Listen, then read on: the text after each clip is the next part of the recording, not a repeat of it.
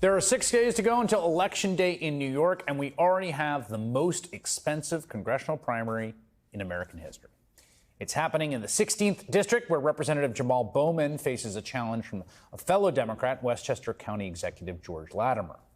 More than $22 million have been poured into this race. Again, there's a primary between two Democrats in a D+20 district. Why all that spending? Where is it coming from? Well, this race isn't really about the candidates, at least the spending part of it. It's more about the shape of politics in the post-Citizens United era. Just take a look at this bar chart here. Here are the 5 top spenders in New York 16, according to the data firm AdImpact.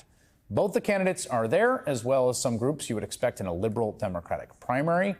The vast majority of all the ad spending in this primary, $14 million, is coming from over there on the left from a single super PAC called the United Democracy Project, or UDP.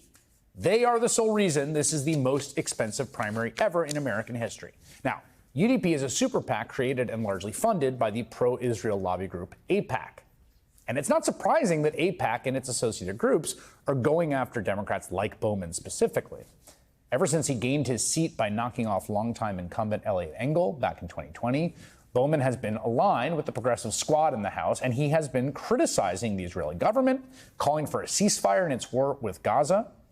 His opponent, George Latimer, basically takes the opposite positions. He supports Israel's continued war and opposes a ceasefire.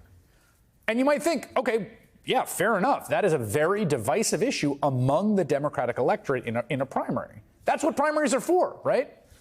But here's the thing. UDP, the pro-Israel super PAC, didn't drop $14 million of pro-Israel ads on this race. In fact, it didn't mention Israel in its ads at all. Jamal Bowman has his own agenda and refuses to compromise, even with President Biden. George Latimer is putting people ahead of personal agendas and delivering real progressive results. Apparently, the choice not to mention Israel in any ads was a strategic one on the part of the pro-Israel super PAC funding those ads. A UDP spokesman telling Politico last month, "We run ads on the issues voters are most focused on," which, again, is a little odd because, it is sort of a big issue, you'd imagine. But it seems almost as if the pro-Israel group thinks that pro-Israel ads might not actually play as well as they would hope in a heavily Democratic district like Bowman's. So instead, the group that can make unlimited expenditures is using its money to attack Bowman, as you saw in that ad, for being insufficiently loyal to President Biden and his agenda. That does play in a heavily Democratic district.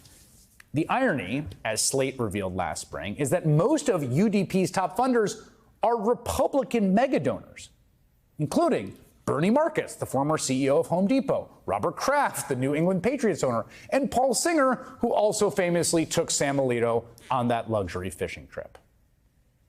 But it gets even weirder, okay?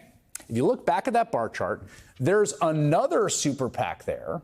That's Fair Shake. See that there next to George Latimer, in between Jamal Bowman. Now, Fair Shake is a super PAC backed by cryptocurrency interests who want to keep crypto lightly regulated. They are running ads against Bowman, too.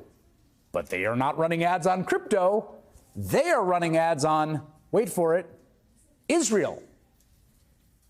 This is what Citizens United has wrought. Enormous swarms of big money from anodyne-sounding groups pounding a candidate while concealing what their own interests are. It's a bizarre perversion of genuine democratic discourse that does not serve voters. But it works great for megadonors.